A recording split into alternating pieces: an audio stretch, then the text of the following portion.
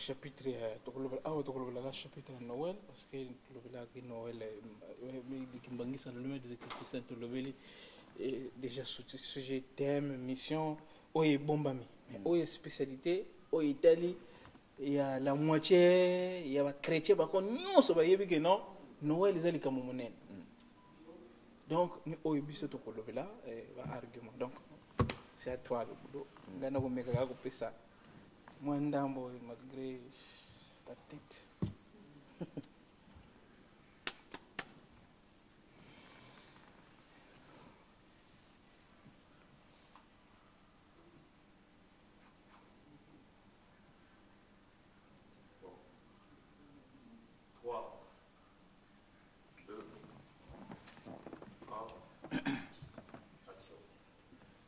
Bonjour, mesdames et messieurs, comme vous le savez, tout le plaisir est nôtre de vous savoir très nombreux devant votre petit écran. Attendons avec impatience et patience ce nouveau numéro d'homéostasie. Et c'est une mise au point, hein, c'est quelque chose que vous connaissez déjà. On en a parlé, il y a eu à boire et à manger. Le titre vous dit déjà hein, la date de naissance du Seigneur Jésus-Christ. Jésus-Christ, est-il né le 25 décembre ou pas? Depuis toujours, depuis des millénaires, nous sommes là-dedans. Jésus est né le 25 décembre et tout allait bien. On fêtait Noël, on achetait des jouets à nos enfants. Tout allait bien. Jusqu'à ce qu'un jour, les kimbanguistes viennent tout déranger. Et c'est depuis ce jour-là qu'il y a 200 de cloches, parce que eux, le 25 décembre, ils sont tranquillement assis chez eux. Ils ne font rien du tout, pas de jouets pour les enfants, pas de fête. Les marmites extraordinaires ne vont pas sur le feu là, parce que ce n'est pas encore le moment, ou encore le moment est déjà passé pour eux, parce que quand vous entrez dans une année, janvier, février, mars, avril, mai, les kimbanguistes, le 25 mai, ils fêtent déjà Noël. Ils disent qu'ils tiennent mordicus hein, et ils insistent là-dessus hein, que Jésus-Christ est né le 25 décembre. Et ils ont des arguments pour ça. Par contre, l'Église catholique multimillénaire nous avait apporté autre chose et c'est ça que nous appliquons partout. Jésus est né le 25 décembre. Alors, lorsqu'il y a eu 200 de cloches, hein, ça a carillonné dans notre tête donc avec du désordre. On ne savait plus sur quel pied danser. Banane a raison. Est-ce que le pape Montalobaki, le 25 décembre, va jouer ou les kimbanguistes qui disent stop, c'est fini. Et on a demandé au collège kimbanguiste de Brazzaville, hein, quand on les a reçus sur le plateau de Méostasie, la spiritualité des profondeurs, on leur a dit depuis toujours, Bino Pewarosa la Noël Nabiso. D'où vient-il, Papa Mangoyo hein, et les autres, Papa Kinwani? D'où vient-il que maintenant, aujourd'hui, vous les kimbanguistes, vous avez changé de direction? Et ils nous ont dit qu'il y avait des arguments bibliques, la révélation leur avait été faite. Pour peu qu'on se rappelle de ça, vous aussi qui avez été fidèles à nous, vous savez bien que leur père, hein, son éminence Diangena Kuntima, le troisième et dernier fils de Simon Kimbangu leur avait dit, le moment viendra où on va vous révéler ça. Restons calmes. Et quand le moment est arrivé, de grands chercheurs ont eu la révélation du ciel pour nous dire Jésus est né le 25 décembre.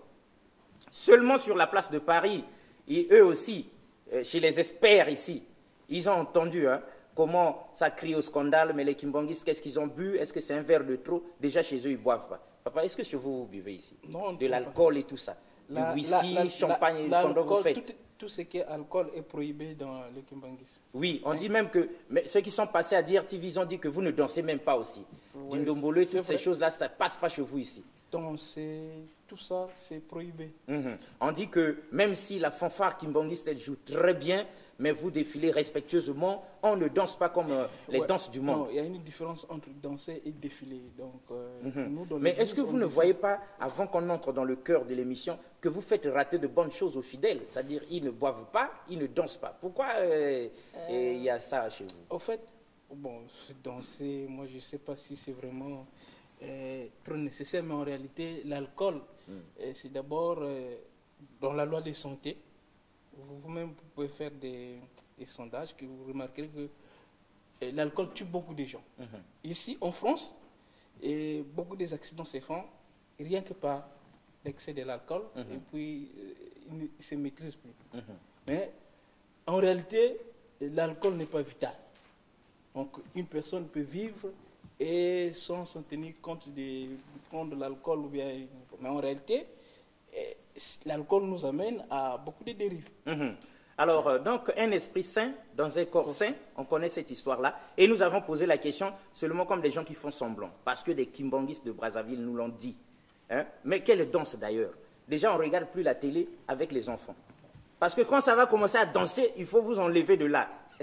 Voilà pourquoi Simon Kimbangu, lui, il avait vu depuis très longtemps. Il avait dit, mes enfants, nous ne sommes pas dans ça. On ne danse pas, hein, et on n'est pas dans ces danses, et on ne boit pas. Parce que si on vous dit de boire un tout petit peu, vous allez exagérer. Oui. Donc Simon Kimbangu a dit non. Et depuis que nous sommes à côté des Kimbanguistes, nous aussi, nous ne dansons plus, et nous ne buvons plus, et nous nous emportons bien. Vous vous imaginez si nous arrivons sur ce plateau tout sous là? Comment on va faire homéostasie? C'est extrêmement compliqué. Donc là, c'est des mesures disciplinaires, des mesures qui plaisent à l'esprit. Hein. Personne ne dira que Dieu est contre ceux qui évitent la boisson aussi. Alors, donc c'était une cuisine interne, une digression. On revient sur le thème. Alors, papa, dites-nous, pour ceux qui vous avaient raté dans l'émission précédente, qui êtes-vous? Je réponds au nom de David Mankandi Byongi. Je suis né au Congo-Brazzaville. Et je suis chrétien kimbangiste et chercheur aussi. Vous aussi, vous faites partie de l'équipe des experts qu'on a trouvé ici. Hein. Vous avez la maîtrise, en fait, des choses spirituelles et des arcanes du kimbanguisme. Bon, expert, c'est trop dit, mais bon, on essaie de faire des recherches. Parce que votre livre, Le kimbanguisme à la lumière des Écritures saintes, ce livre qu'on a décrété dans l'émission précédente, la toute première qu'on a faite ici, le livre nous a cloué le bec. Donc, vous l'avez écrit pour nous confondre ou quoi? C'était une nécessité d'écrire sur Papa Simon Kimbangu. Déjà, quand vous avez auparavant des idées erronées et vous n'avez pas de connaissances, et moi, il était question que j'ai fait. Parce que la Bible dit qu'il faut sonder les esprits. Hein. Auparavant, je parle du témoignage de ma mère. Papa Simon Kimbangu s'est révélé à ma mère, et puis ma mère, elle, ni moins ni plus, elle disait catégoriquement que s'il y a Dieu qui existe sur les cieux ou sur la terre, et il faut vraiment le trouver en camp. Moi, à l'origine, vous n'étiez pas d'accord. Ah ouais, j'étais pas d'accord. Et puis, il s'est révélé à vous d'une manière ou d'une autre. Il était question, j'essaie de faire des recherches, parce qu'au moins c'est un personnage mystérieux, parce qu'à la base, un prophète, sa mission se termine tout simplement quand il meurt, il quitte le monde, et sa mission pratiquement est finie. Mais lui, il se révèle non pas seulement aux Noirs, à plusieurs personnes. Moi, c'était un phénomène que je voulais comprendre.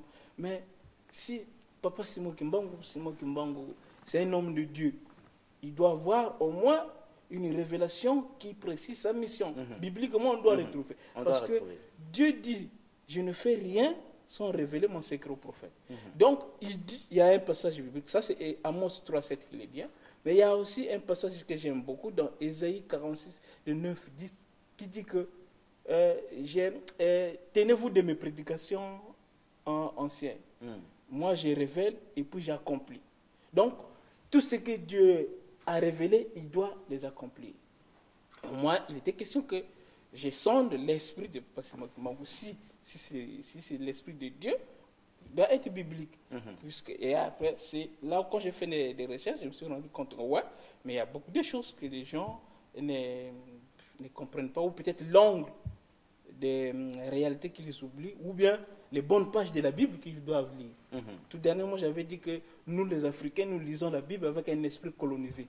Et puis, quand tu as un esprit colonisé, il y a certaines réalités que tu ne pourras jamais comprendre. Donc, et il y a beaucoup de choses qu'on ne peut pas se moquer. Et déjà, j'ai dit premièrement que là, le kimbanguisme est bibliquement correct. Donc, mais vous nous l'aviez démontré très bien. On a vu le kimbanguisme à la lumière des Écritures saintes. Ça nous a plu, n'est-ce pas? Parce que nous aimons les Écritures. Il faut que la Bible parle. Et chez eux, ici, la Bible a parlé. Et nous sommes ravis, et nous avions été confondus, mais bon, la vérité reste la vérité. On est ravis de savoir que les kimbanguistes, ils n'ont pas inventé une autre Bible, et que Simon Kimbangu, en partant, avant qu'il ne parte pour ces 30 ans d'emprisonnement, les siens ont demandé, mais papa, tu t'en vas, tu nous laisses quoi? Et les kimbanguistes, ils disent qu'il leur a laissé la Bible, pas autre chose. Et donc, dans la Bible, vous trouverez le voleur et l'objet volé. C'est ce que lui il avait dit. Nous aussi, à force de vous côtoyer, nous commençons à comprendre ces choses-là. Alors, donc, pour rentrer dans le cœur de ce qui nous préoccupe, hein, mesdames et messieurs, Jésus-Christ est-il né le 25 décembre ou pas? C'est ça la grande problématique. À Brazza, on a débattu, à travers le monde, vous êtes harcelés parce qu'on vous pose des questions par-ci, par-là. Vous aussi, comme vous nous avez vu ici, vous avez dit, ça tombe bien. Alors, pourquoi vous avez dit ça tombe bien sur cette histoire? Que voulez-vous faire aujourd'hui? Au fait, aujourd'hui, on doit montrer des arguments bibliques qui prouvent que le 25 décembre, c'est une date conventionnelle fixée et qui ne cadre pas avec la réalité historique biblique. Pour montrer que le 25 mai, c'est la véritable date de naissance de Jésus-Christ. D'accord. Et si on vous donnait, en guise d'introduction, on vous permettait de le développer en 10 minutes, que direz-vous? Et oui. Bon, déjà, même intellectuellement, hein, c'est connu. Il y a des réalités historiques qui ne trompent pas, parce que Jésus-Christ a vécu sur un territoire qu'on connaît, et que historiquement, la période où Jésus-Christ était né, il y avait les recensements. Et les recensements ne pouvaient pas se faire en période de grand froid. Ça, c'est déjà les contextes climatiques qui nous permettent de dire que c'est pas vrai et c'est faux.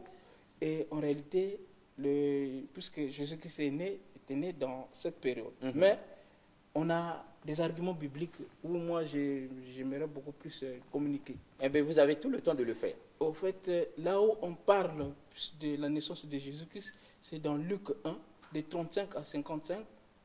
On nous dit bien, l'ange Gabriel a visité Marie pour parler de la conception à l'avenir qu'elle devrait mettre au monde l'enfant Jésus. Et on nous dit qu'elle a été visitée, c'était au mois de 6e mois d'Elul. C'est-à-dire que les calendriers juifs, il faut tenir compte.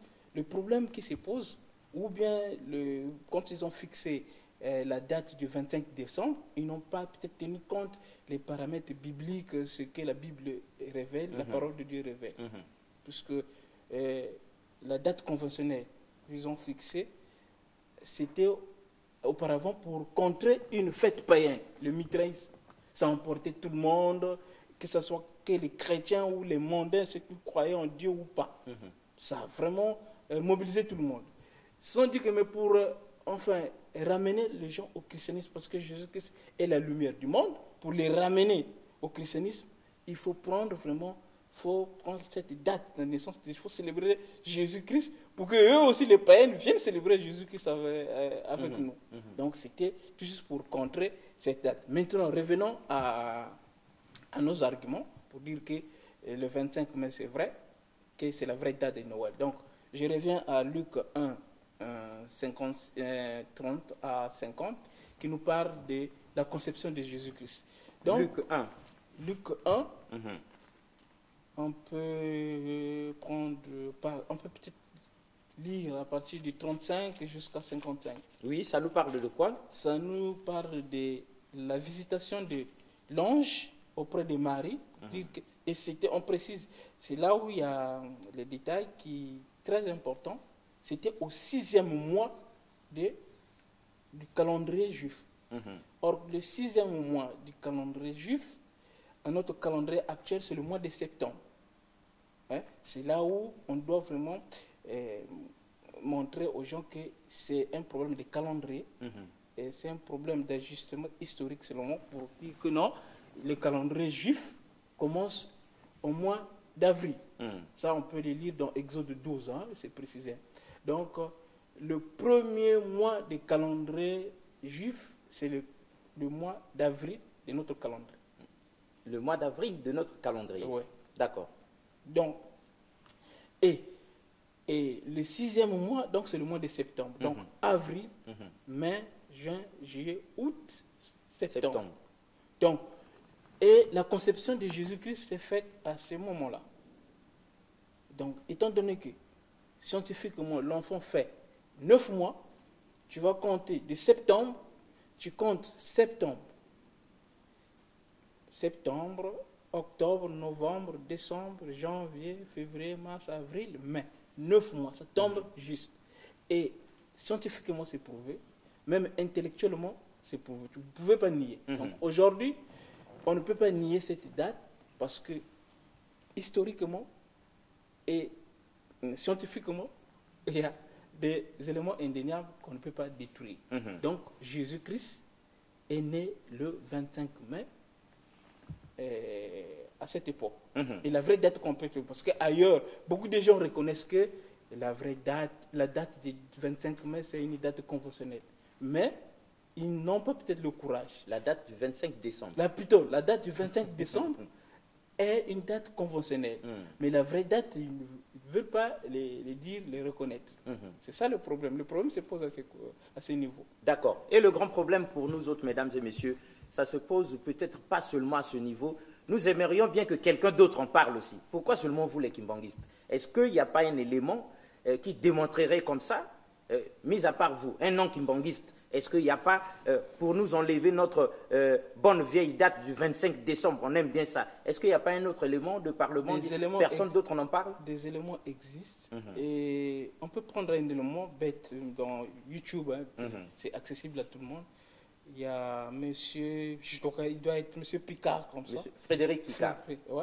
Mais il y a une vidéo, pas plus de 3 minutes, dans laquelle il dit clairement que ce que j'ai dû raconter, que Jésus-Christ n'est pas né le 25 décembre. Pas né le 25 décembre. Alors, mesdames et messieurs, avant qu'on ne regarde, parce que nous aussi, nous avons côtoyé les kimbanguistes, ils ont des arguments solides parce qu'on les a reçus à Brazzaville. Et quelqu'un qui n'est pas kimbanguiste à Brazza, il avait appelé pour dire, monsieur le journaliste, bibliquement, le Seigneur Jésus, notre Seigneur Jésus, n'est pas né en plein hiver.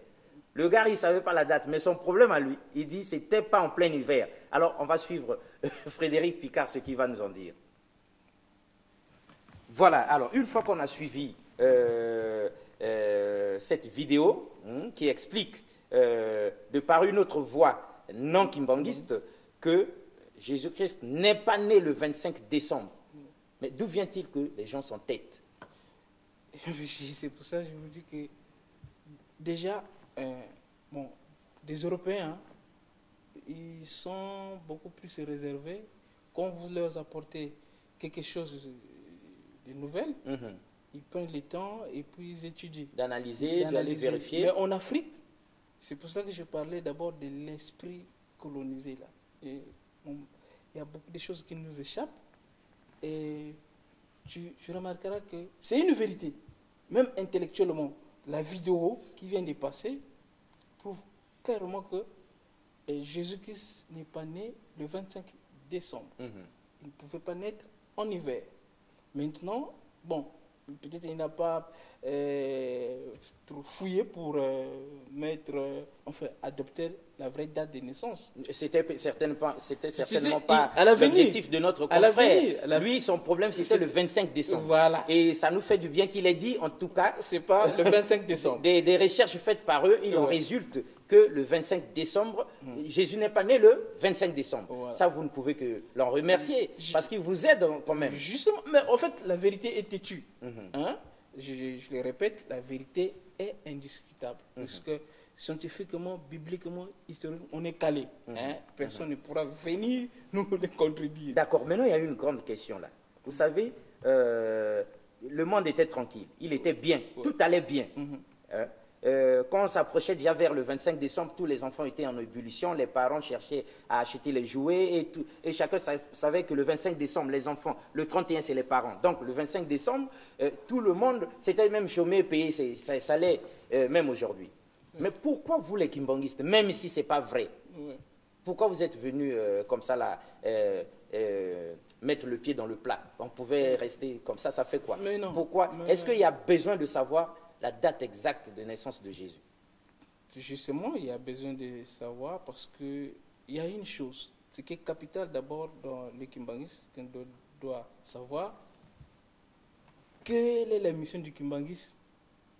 C'est ça le plus important qu'on devrait connaître. Et oui, et quelle est-elle cette mission-là? Cette mission dit ceci. La mission de l'église kimbanguiste, c'est de restaurer l'homme dans son état promis. Donc il y a la restauration au centre. Donc ça passe par la correction de cette date. Oui, ça passe. Bien qu'auparavant, on avait fêté le 25 décembre.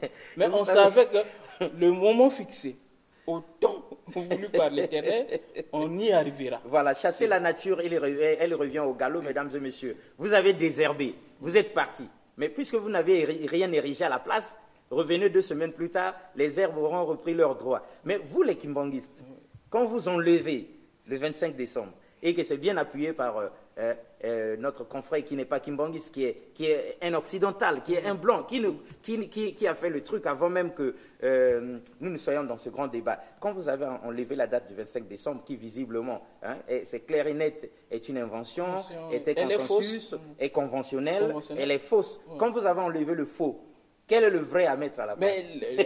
Mais on a bien fait les calculs avec vous. Donc c'est le 25 mai. Le 25 mai, on a fait des calculs. Peut-être vous voulez qu'on reprenne les calculs? Non, on ne reprend pas les calculs parce qu'on a compris. Hein, pour la petite histoire. Nous autres, nous sommes habitués parce qu'on a déjà reçu des Kimbangistes plusieurs fois et ils nous ont fait comprendre ceci. Que le fait que la Bible retrace que le Seigneur Jésus naît dans cet endroit-là, dans cette étable-là où il y a des moutons et tout ça. Ce n'est pas en plein hiver. Et même l'empereur des lieux avait demandé à ce qu'il y ait recensement. Chacun devait aller se faire enregistrer dans son village, dans sa contrée. Ça ne se fait pas en plein hiver. Et donc, Jésus, comme l'a dit l'autre penseur, qui n'est pas kimbangiste, il dit bibliquement, monsieur le journaliste, je ne suis pas dans ce débat-là, mais je reconnais que notre Seigneur Jésus n'est pas né en plein hiver. Cela est dit. Mais maintenant, le 25 décembre, on l'enlève. On remplace quoi le 25 mai? Il faut que ce soit appuyé. Mais les kimbangistes, ils nous disent le calendrier qu'il y avait autrefois. Si on le met ensemble avec le nôtre, quelle concordance ça va faire? Le premier mois, qui est avril chez eux, correspond à notre septembre. C'est ça qu'on doit comprendre. Mais que vous aimiez les kimbangistes ou pas, mais au moins comprenez ça, ce calendrier d'antan, comparé au nôtre que nous utilisons dans nos maisons aujourd'hui, le premier mois, avril chez eux, c'est septembre chez nous. Or, si jamais Jésus, il naît selon ce que vous avez fixé, vous, leur Jésus à eux, au mois de décembre, il y a eu des kimbangistes qui nous ont dit qu'il va être un prématuré, même pas un prématuré parce que c'est peut-être 4 mois seulement. Et donc ça ne marche pas. Bon, c'est une falsification de l'histoire qui n'a pas tenu, qui ne tient pas debout. Hein, voilà. Du point de vue climatique, historique, biblique. Voilà. Par contre, lorsqu'on prend la révélation, comparant les deux calendriers, lorsqu'on part de septembre, alors là, ça tombe vraiment au mois de mai. Nous avons essayé d'arracher ça aux kimbangistes et de discuter. On a compté et recompté, ça tombait au mois de mai. Là n'est pas le problème, au fait. C'est-à-dire, on est ravis que vous nous disiez ça encore, mais c'était un problème autrefois. Mais vous nous avez déjà convaincus de ce côté-là. Au moins, on est d'accord, ce n'est pas le 25 décembre. On peut aussi être d'accord. Nous autres, qui ne sommes pas kimbangistes, nous pouvons aussi être d'accord avec le 25 mai.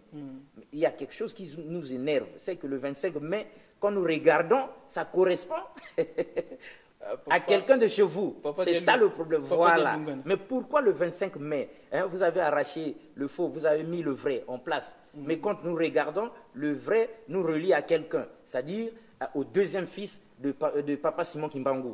Alors, maintenant, pourquoi ça? Est-ce que vous ne pouvez pas prendre une date qui n'a rien à voir avec... Mais non, mais déjà, la date qui tient, c'est le 25 mai. Bon, ce n'est pas un hasard. Je disais que Dieu, dans la révélation de Dieu, il n'y a pas d'improvisation ou bien du hasard. Donc, Papa de Lungana, en fait, c'est l'incarnation du Christ de la seconde venue. C'est lui qui est à l'auteur qui nous a dit que, voilà, il est temps de le dire. En fait, les prophéties bibliques montrent que le Messie devrait venir pour construire le temple de la Nouvelle Jérusalem. Oui, mais dites ça avec la Bible à l'appui. Voilà. Pour nous rassurer, parce que nous, le 25 mai, on peut encore accepter, mais quand on voit le Christ que vous nous avez présenté, c'est ça qui nous énerve. En fait, même le Christ qu'on présente, normalement, bibliquement, il est décrit. D'accord. Alors, bibliquement, décrivez-nous. Déjà, faites-nous le portrait biblique de Jésus. Le portrait biblique de Jésus, on doit le lire dans Ésaïe 53. Ésaïe 53. Ouais, de 1 jusqu'à 7. On nous décrit le Jésus, le Christ, le véritable de la Bible. Ce n'est pas celui qu'on peint, on nous a imposé. Ce n'est pas les portraits que nous avons à la maison chez nous. Ce n'est pas l'acteur du cinéma qu'on nous a imposé. Ésaïe, vous avez dit? Ésaïe 53. 53. Oui. Verset de 1 jusqu'à 7. Ésaïe 53. Et donc, c'est l'occasion pour nous de vous dire, mesdames et messieurs, maintenant que nous nous acheminons lentement, mais sûrement vers la fin de cette émission, peut-être qu'on a 5 ou 10 minutes, Ésaïe 53. C'est l'occasion pour nous de vous dire, parce qu'on a côtoyé ces kimbandistes là, que heureusement, selon eux, heureusement que Dieu a fait le portrait de Jésus dans la Bible. Et c'est ce portrait-là que nous allons lire et voir s'il correspond au Jésus qu'on nous présente. Ésaïe 53, versets 1 à 7. 1 à 7. Qui a cru à ce qui nous était annoncé? Qui a reconnu le bras de l'Éternel? Il s'est élevé devant lui comme une faible plante, comme un rejeton qui sort d'une terre desséchée. Il n'avait ni beauté, ni éclat pour attirer nos regards, et son aspect n'avait rien pour nous plaire. Méprisé et abandonné des hommes, homme de douleur et habitué à la souffrance, semblable à celui dont on détourne le visage. Nous l'avons dédaigné, nous n'avons fait de lui aucun cas. Cependant, ce sont nos souffrances qu'il a portées. C'est de nos douleurs qu'il s'est chargé, et nous l'avons considéré comme puni, frappé de Dieu et humilié. Mais il était blessé pour nos péchés, brisé pour nos iniquités. Le châtiment qui nous donne la paix est tombé sur lui. Et c'est par ces meurtrissures que nous sommes guéris. Nous étions tous errants comme des brebis. Chacun suivait sa propre voie. Et l'Éternel a fait retomber sur lui l'iniquité de nous tous. Il a été maltraité et opprimé, et il n'a point ouvert la bouche. Semblable à un agneau qu'on mène à la boucherie, à une brebis muette devant ceux qui l'attendent. Il n'a point ouvert la bouche. Il a été enlevé par l'angoisse et le châtiment. Et parmi ceux de sa génération, qui a cru qu'il était retranché de la terre des vivants et happé pour les péchés de mon peuple? Merci. Est-ce qu'on peut gagner le temps parce qu'il y a d'autres passages bibliques qui D'accord, gagnons le temps. Parce que, en fait, le passage biblique qui signifie, qui nous montre que Jésus-Christ devrait revenir, c'est dans l'Apocalypse 3, 12. Il 3, dit, 12. je reviens. Et il précise la ville de son Dieu, la ville de son Père. Apocalypse 3, 12. Apocalypse 3, 12. D'accord. Il dit bien avec un nom nouveau. Écrit à l'ange de l'église. Non, 3. Ouais. Apocalypse 3. Apocalypse 12. 3. Celui qui vaincra, je ferai de lui une colonne dans le temple de mon Dieu, et il n'en sortira plus. J'écrirai sur lui le nom de mon Dieu et le nom de la ville de mon Dieu, de la nouvelle Jérusalem qui descend du ciel d'auprès de mon Dieu, et mon nom nouveau. Voilà. Ah. Il y a le nom nouveau et il y a la ville de Dieu qui est la nouvelle Jérusalem. Donc, c'est un enchaînement des révélations parce que le problème, il fallait comprendre, j'avais déjà expliqué auparavant qu'il y a un problème de transfert. Et les transferts nous amènent à la nouvelle Jérusalem. Et là où il y avait la nouvelle Jérusalem, ce n'est que l'espace géographique de l'Éden. Donc, au retour à nos origines. Voilà. Donc, l'Éden, en fait, la nouvelle Jérusalem, même il y avait un autre passage qui précise que c'est en Afrique, c'est Ésaïe 18, nous montre bien que la Sion sera en Égypte, c'est là où il y aura le lieu d'adoration. Donc, c'est capital, puisque c'est l'Afrique. Le problème est que connaître les prophéties et toucher du doigt là où il y a l'incarnation, là où il y a la réalité divine. Et puis Jésus-Christ nous avait montré le lieu, enfin, matériellement, on lui avait posé la question, et où sera le lieu du royaume de Dieu? Voilà, c'est très important. Je vais signifier après, mais c'est mieux de lire d'abord. Ésaïe 18. Ésaïe 18, je crois, c'est le verset 7 qui est très, très intéressant. Ou bien, tout le verset de 1 jusqu'à 7, ça nous montre bien que l'histoire nous montre, la prophétie prouve à suffisance que l'œuvre de Dieu et la Sion devraient être en Afrique, au centre de l'Afrique. Alors, terre où retentit le cliquetis des armes, au-delà des fleuves de l'Éthiopie. Toi qui envoies sur mer des messagers, dans des navires de gens voguant à la surface des eaux, allez, messagers rapides, vers la nation forte et vigoureuse, vers ce peuple redoutable depuis qu'il existe, nation puissante et qui écrase tout, et dont le pays est coupé par des fleuves. Vous tous, habitants du monde, habitants de la terre, voyez la bannière qui se dresse sur les montagnes, écoutez la trompette qui sonne, car ainsi m'a parlé l'Éternel. Je regarde tranquillement de ma demeure, par la chaleur brillante de la lumière et par la vapeur de la rosée, au temps de la chaude moisson. Mais avant la moisson, quand la poussée est achevée, quand la fleur devient un raisin qui mûrit, il coupe les serments avec les serpes, il enlève, il tranche les cèpes. Ils seront tous abandonnés aux oiseaux de proie des montagnes et aux bêtes de la terre. Les oiseaux de proie passeront l'été sur leurs cadavres et les bêtes de la terre y passeront l'hiver. En ce temps-là, des offrandes seront apportées à l'Éternel des armées par le peuple fort et vigoureux, par le peuple redoutable depuis qu'il existe, nation puissante et qui écrase tout et dont le pays est coupé par des fleuves. Elles seront apportées là où réside le nom de l'Éternel des armées, sur la montagne de Sion. Voilà.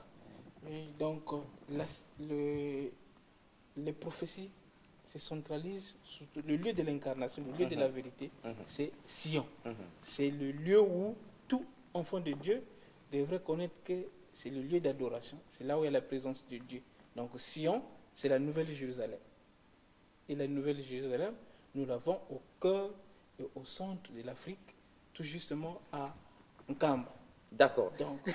Donc c'est le lieu d'accomplissement des prophéties bibliques.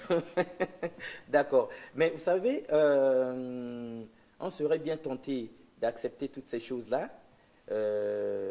Les prophéties sont têtues. On aimerait bien que ce ne soit pas le fils de Simon Kimbangu qui soit là, à la place justement de cette date du 25 décembre. Ouais, 25 mai. Du 25, non, oui, du 25 mai. Hein, donc c'était le 25 décembre notre fausseté, le 25 mai c'est la nouvelle date, la vraie. La vraie. Bah alors, maintenant, une chose est de mettre quelqu'un, une autre, que cette personne respire ce que l'on sous-entend, qu'il y ait des éléments. Est-ce que vous pensez, ce fils de Simon Kimbangu, pour terminer, hein, on ne doute pas parce que la prophétie, elle nous coince, d'accord, mais est-ce que vous pensez qu'il a vécu comme devait vivre le Seigneur Jésus si jamais c'est le Fils de Dieu qui est arrivé ce 25 mai d'une certaine année sur la terre? Quel a été un peu son parcours? Quel est son côté extraordinaire? Oui. Quel homme est-il? Voilà. L'homme est-il... Au fait, la mission, dans sa seconde venue, c'est de bâtir l'Église. Son Église et bâtir surtout le temple de la Nouvelle Jérusalem. Ça, c'est les prophéties qui nous le prouvent. Parce que l'Église, Kimbangu s'appelle... Ça aussi, c'est vos derniers mots parce qu'il nous reste 2 minutes. L'Église de Jésus-Christ sur la terre par son nom, vous voyez, spécial. Au fait, celui qui a bâti, on peut dire, la doctrine de l'Église Kimbanguiste, c'est lui qui a mis tout en ordre, la liturgie, et les interdits, tout ce qui compte dessus, soit la doctrine ou bien la liturgie, c'est lui. Et c'est lui qui a signé l'acte de la reconnaissance de l'église Kimbangu. Donc c'est son église en réalité. Mais c'est l'église de son père, puisqu'il est né du Saint-Esprit. Et les prophéties nous disent que le Fils de Dieu devrait naître, et il est né du Saint-Esprit. Et le Saint-Esprit est avec nous, Papa Simon Kimbangu, à la ville Nouvelle-Jérusalem. Et donc, du point de vue, quand on peut aller creuser dans la description anthropomorphique du Christ. On a donné un passage. On a donné le portrait biblique du Christ. Le portrait biblique. Et on a donné des prophéties qui montrent que l'histoire de Dieu devrait répartir à nos origines. Et cela prouve bien que ça est très conforme avec la révélation biblique. Mais le plus important est que le Messie, quand il devrait être... Ça, peut-être je vais terminer sur ce point. C'est Zacharie. Zacharie. Et là aussi... il vient après les 3 premiers. Prophète Zacharie, lui aussi il a frôlé la restauration. C'est lui qui a donné, qui a parlé de la mission de la première et la deuxième venue du Messie. Mais il était question que le Messie construise le temple. Les temples sur le lieu de son trône. Et il reviendra pour le jugement à la gloire de son Père. Beaucoup de chrétiens nous posent la question de savoir, mais comment se fait-il? Il est écrit que le Messie, quand il viendra, tout œil le verra. Mais il n'y a que vous qui le connaissez. Mais non, ils confondent les étapes.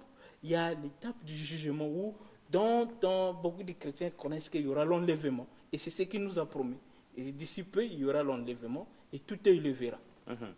Et donc, Zacharie, le passage dont vous faites allusion. Zacharie 6, verset 12 à 13. Et évidemment, c'est vous qui m'avez manipulé mieux. Retrouvez-nous ça, comme ça, on va le lire pour les téléspectateurs. En attendant qu'on nous trouve ce passage-là, nous allons aussi conclure, hein, parce qu'on finira par ce passage-là, en disant, on va rester têtu jusqu'à quand, hein? On va rester têtu jusqu'à quand? C'était d'abord les Kimbangis, ils n'expliquent pas. Maintenant, ils ont expliqué, ils ont réexpliqué. C'était, ils n'utilisent pas la Bible, mais ils ont ouvert la Bible. C'était les passages bibliques, il n'y a pas de passages qui argumentent ça, ils ont montré. Et c'est même plus grand. Frédéric, il n'est pas kimbangiste. Et il nous a démontré, le mensonge est venu de l'Occident, mais c'est à l'Occident, aujourd'hui, qu'ils reconnaissent que le 25 décembre, non, Jésus n'est pas né le 25 décembre. Et ils reconnaissent eux-mêmes, l'Église catholique en tête, que c'est une date conventionnelle, arrangée, acceptée seulement pour éviter que les chrétiens ne soient emportés par la fête païenne et pour ramener aussi les païens dans notre fête. Donc il y a eu confusion. Et du coup, lorsque la révélation arrive, pourquoi rester dans le mensonge alors que la lumière est là? Et si vous, on refuse la lumière, la révélation donnée par les kimbanguistes, quelle est la vôtre?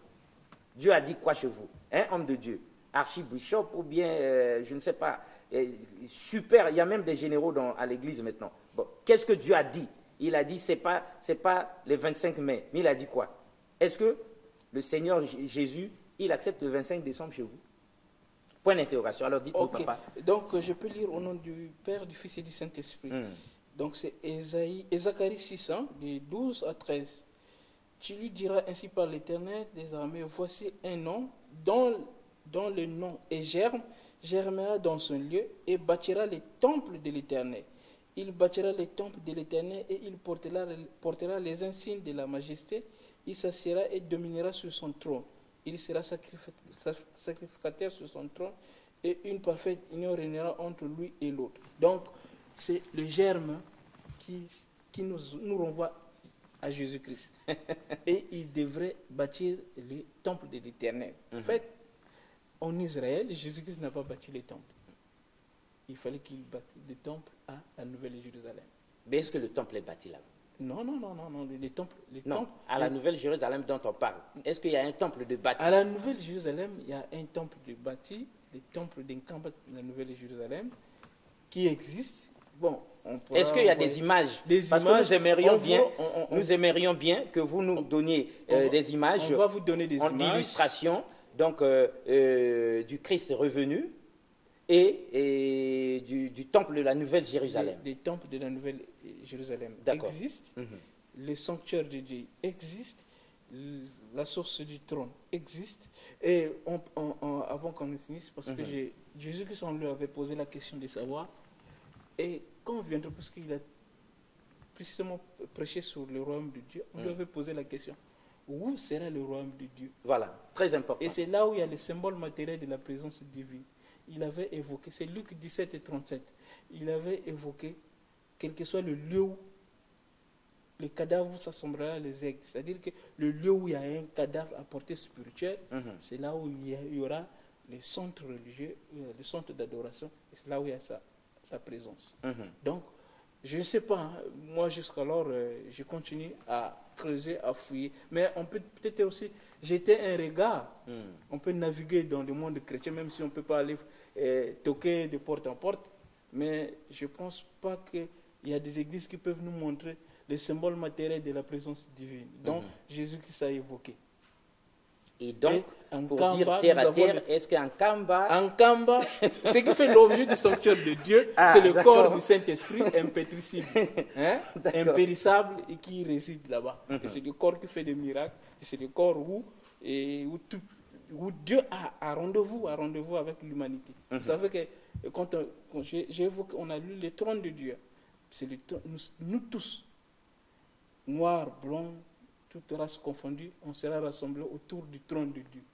Et c'est ce lieu-là qui est en Kamba. Et le trône de Dieu, c'est à la Nouvelle Jérusalem. Donc, nous avons tous les symboles matériels de la présence divine en Kamba, prophétisés par Ézéchiel. Je dis bien, je répète, le kimbanguisme est le prototype de prophétie d'Ézéchiel. Ce n'est que l'accomplissement de prophétie d'Ézéchiel et que nous retrouvons dans la révélation, l'Apocalypse.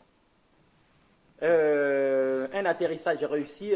Merci Papa David, mais c'est l'occasion pour nous de vous dire aussi, tout message vaut la qualité du messager. Simon Kimbangu, ce n'est pas un plaisantin. Hein. Demandez aux Belges. Il faut aller leur demander pourquoi ils ont construit un musée là-bas, pour lui, spécialement. Et qu'ils sortent les archives. Alors, déjà à l'extérieur, on tremble. Mais à 2 pas, on se pose des questions. On est disséminé à travers le monde ici, à Mondier, à Quemondé. Et tout ça, il avait dit en 1921. Et même le grand retour, l'Afrique, qui reprendra sa première place. L'homme blanc deviendra, l'homme noir deviendra blanc et l'homme blanc deviendra noir. Tout ça, il avait dit. Il dit, je meurs et je vais être enterré. Les Kimbanguistes nous l'ont dit, hein. Nous aussi, nous prenons des cours. Et 9 ans plus tard, mon corps reviendra en Kamba, d'où on m'a sorti, et alors se déclencheront les indépendances. Les années 60, ce sont les indépendances en Afrique. Qui dit mieux? Et donc, quand on connaît l'homme à qui on a affaire, du coup, si son fils efface la date du 25 décembre, qui va mettre autre chose à la place? Papa Alexis, je ne sais pas. Bon, peut-être que ce sera un autre rendez-vous pour expliquer oui, mais il y a juste un petit mot. La prophétie de Papa Simon Kimbangu. Cette prophétie est reconnue, hein, beaucoup de gens. L'homme noir deviendra blanc et le blanc deviendra noir. Oui, en 2 mots, on peut dire ça veut dire quoi? Oh, mais ce n'est que l'histoire qu'on parle, la restauration. En fait, la restauration. On pourra l'expliquer prochainement. D'accord, on entrera en profondeur. C'est une prophétie qui est en réalité biblique. Mais on va l'expliquer, on va montrer les bonnes pages de la Bible. Il faut lire pour comprendre cette prophétie. D'aucuns pensent que c'est un révolutionnaire, parce que c'est un militant qui a milité l'indépendance des gens. Mais en fait, il vient pour accomplir l'œuvre de Dieu. C'est l'esprit incarné, en fait. Donc ça, on pourra l'expliquer par rapport à sa prophétie, hein, parce que beaucoup de gens interprètent mal cette prophétie. Et nous allons vous dire une chose, Papa David, vous n'avez même pas besoin d'expliquer. Parce que même les athées respectent Simon Kimbangu. Ouais, d'accord, merci, c'est gentil. C'est connu. Nous vous avons dit, nous les égyptologues, avec les Grégoire Biyogo, avec le professeur Kovi Gomez, avec le professeur du Congo-Brazzaville, Théophile Obenga, avec le très grand professeur Elika Mbokolo, tous nous reconnaissons Simon Kimbangu.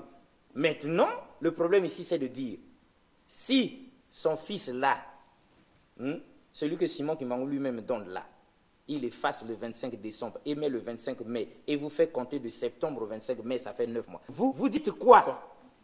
Qu'est-ce que Dieu a dit vous? Parce que le 25 décembre, même les catholiques ont dit c'est pas vrai. Toko Saki Kaka. Maintenant, vous insistez en disant quoi? Au revoir et à la prochaine. Merci. Beaucoup. Ah, merci. On va expliquer même si Malobi. Sur le balobi, Baroboya.